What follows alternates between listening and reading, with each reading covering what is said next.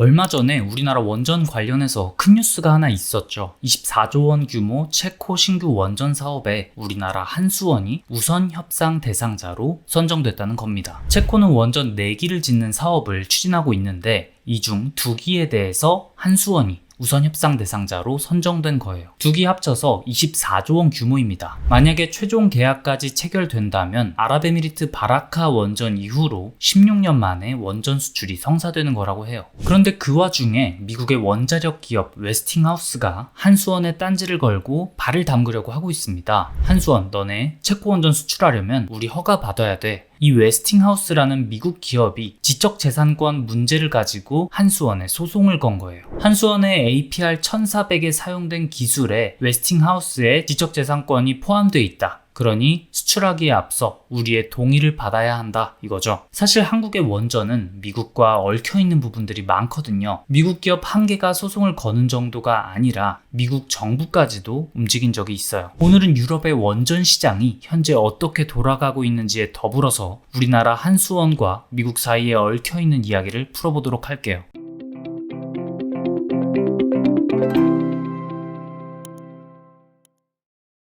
우선 한국이 어떻게 원전을 유럽에 팔 수 있게 됐는지부터 생각해 보면요. 몇 년 전부터 EU에는 원전 바람이 불기 시작했어요. 원래 EU는 원전을 친환경 에너지로 지지하는 쪽과 반대하는 쪽, 국가별로 의견이 갈리고 있었죠. 대표적으로 독일은 탈원전을 진행하면서 원전을 신재생해서 빼자는 쪽이었습니다. 그래서 독일은 원전을 폐쇄하고 필요한 에너지는 러시아로부터 천연가스 파이프라인을 통해 받아서 써왔잖아요. 그런데 어느 순간 러시아가 천연가스 밸브를 잠가버렸죠. 가스관이 하나씩 잠기니까 독일을 비롯한 유럽에는 에너지 공포가 확산됐고요. 사람들이 내야 하는 에너지 비용은 점점 더 올라가고 그 결과로 녹색당 등 친환경 정당은 지지율이 크게 떨어졌어요. 이런 식으로 에너지 부족을 겪다 보니까 과거 부정적이었던 원자력에 대한 인식이 근 몇 년 사이에 역전이 된 거예요. 실제로 벨기에는 2025년까지 원전을 폐쇄하기로 했었는데 원전 가동을 최소 10년간 더 연장한다고 하고요. 라트비아는 에스토니아와 신규 원전 건설을 진행하기 시작했고 현재 원전이 없는 폴란드도 원전 도입을 결정한 상황이에요.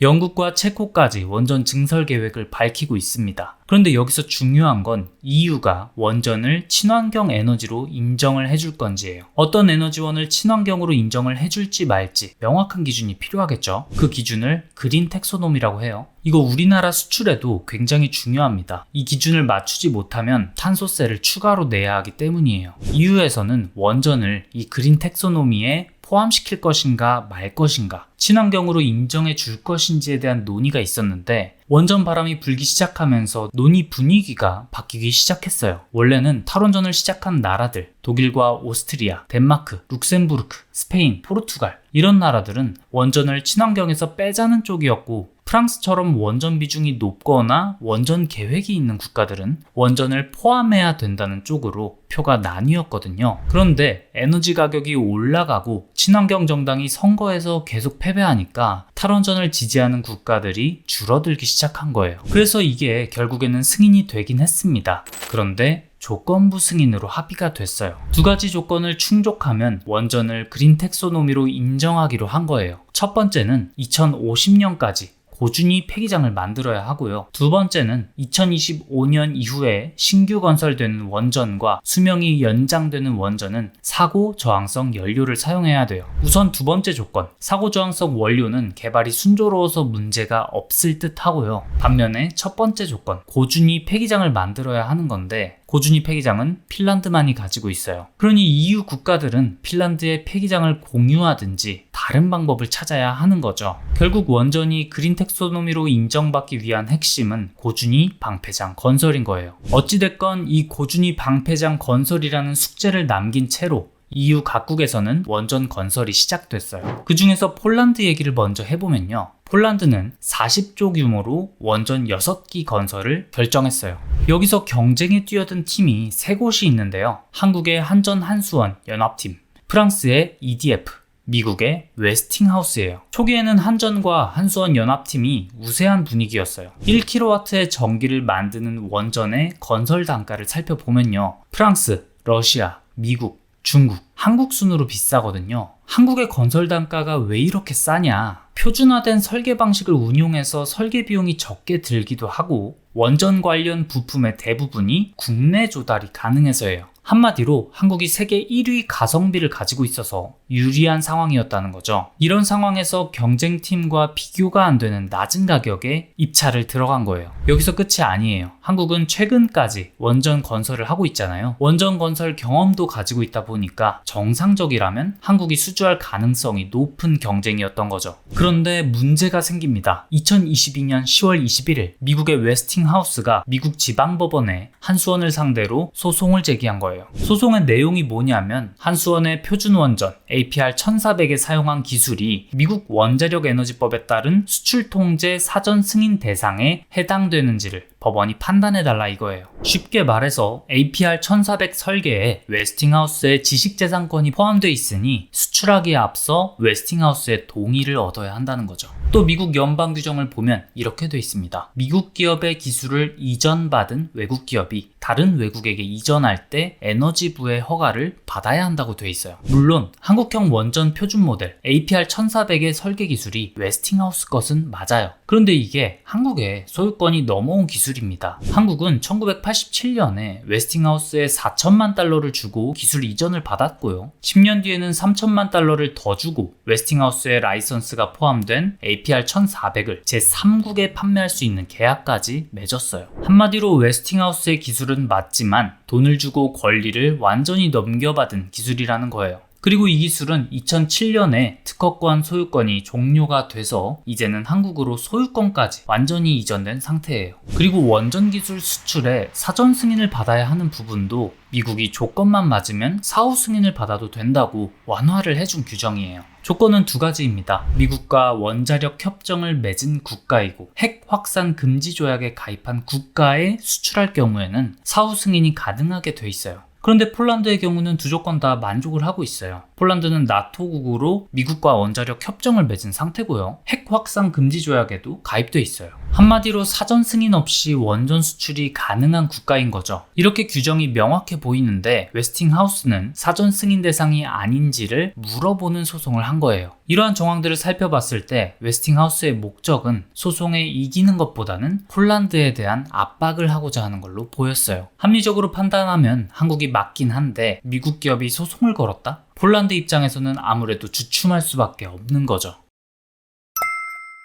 그리고 웨스팅하우스는 최근 원전 건설 실적도 없는 회사였어요. 그러다 보니 건설 인력도 많이 줄어든 상태이고 건설 단가도 많이 비쌌습니다. 앞에서 말했던 소송도 그렇고 한국이 모든 면에서 유리한 상황이었던 거죠. 그런데 문제는 이런 상황에서 미국 정부가 움직이기 시작했다는 거예요. 워싱턴에서 폴란드의 부총리가 미국 에너지부 장관을 만났거든요. 회담이 끝나고 폴란드 부총리가 뭐라고 했냐면 폴란드의 전체적인 안보 구조를 볼 때 미국이 전략적 파트너라는 사실을 무시할 수 없다. 우리는 최종적으로 웨스팅하우스를 선정할 가능성이 크다. 이렇게 말을 했어요. 결국 폴란드 원전은 미국과 한국의 반띵으로 정리가 됐어요. 웨스팅하우스가 1차 정부 발주분을 가져가고 2차 민간 발주분을 한국이 가져가는 식이 된 거예요. 그런데 왜 폴란드 원전에 미국 정부까지 나서기 시작한 걸까요? 단순히 미국 국적 기업인 웨스팅하우스를 지원하려고 그런 거 아니냐 생각하실 수 있는데 다른 이유가 있었어요. 한국이 미국의 가장 민감한 부분 중 하나를 건드렸기 때문이에요. 22년 1월에 한국이 이집트의 엘다바 원전 수주를 따냈거든요. 이집트 엘다바 원전은 2017년에 JSC ASE4가 300억 달러짜리 전체 사업권을 따낸 원전이에요. JSC ASE가 무슨 회사냐면 러시아 국영 원전 기업인 로사톰의 자회사예요. 한수원은 이 러시아 국영 기업이 수주한 사업 중에 10% 정도를 러시아의 하청격으로 들어간 거죠. 그런데 한국이 이집트 원전 수주를 따낸 게 뭐가 문제라는 거냐? 크게 두 가지가 미국의 신경을 건드렸어요. 우선 러시아와 한국이 원전 건설을 협업한다는 게 문제였고요. 더 큰 문제는 이집트가 핵무기 개발 위험국이라는 거예요.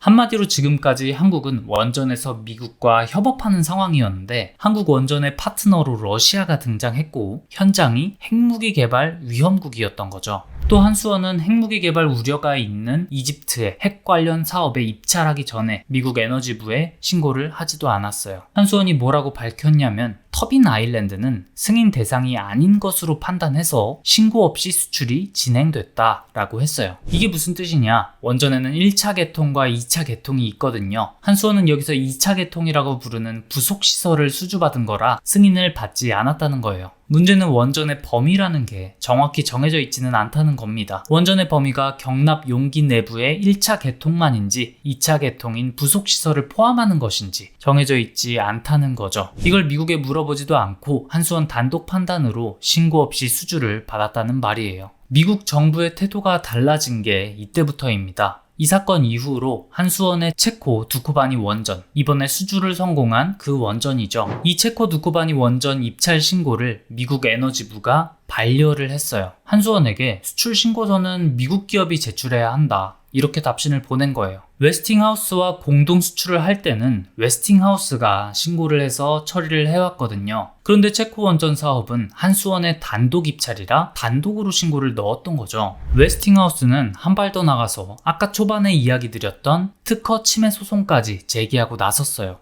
그런데 미국 법원은 지적재산권에 대한 판결은 내리진 않았어요. 대신 절차에 대해서 흠결을 지적하면서 소송을 각하했습니다. 원자력에너지법은 권한을 미 국무부 장관이 가지고 있으니 소송을 해도 미 국무부가 제기해야지 웨스팅하우스가 소송을 제기할 사안이 아니라는 결론이에요. 문제는 지적재산권과 관련된 소송은 별도로 진행되고 있어서 끝난 게 아니라는 점이에요. 이번 체코 수주를 보면 웨스팅하우스는 중간에 탈락을 했습니다. 중간에 탈락을 했지만 한국이 수주에 성공하면 지적재산권 소송에서 이겨서 발을 담그려고 하는 거예요. 잠재된 위험이 이거라는 겁니다. 물론 웨스팅하우스가 한수원의 수주를 막겠다는 건 아니에요. 웨스팅하우스는 40년간 제대로 된 원전 건설 실적이 없는 회사거든요. 결국은 한수원과 한전의 시공 능력이 필요하다는 말이에요. 그러니 진짜 소송 목적은 웨스팅하우스가 일정 부분 참여해서 수익을 가져갈 수 있게 해달라, 이거죠. 결국 돈 문제라는 거예요. 예전에 웨스팅하우스가 문제를 제기한 UAE 원전 때도 그랬는데 웨스팅하우스에 기술 자문료 등을 지급하고 이익을 나누는 식으로 타협이 될 가능성이 있어 보여요. 시간은 좀 걸리더라도 수익을 나눠 먹는 비율이 정해지면 해결이 될 듯 합니다. 오늘의 한 줄 코멘트. 한국 원전 수출에는 웨스팅하우스와의 지적재산권 소송 관련 이슈가 남아있다. 웨스팅하우스와의 소송은 결국 돈 문제다. 강대국의 핵심 이익을 건드리는 부분은 조심할 필요가 있다.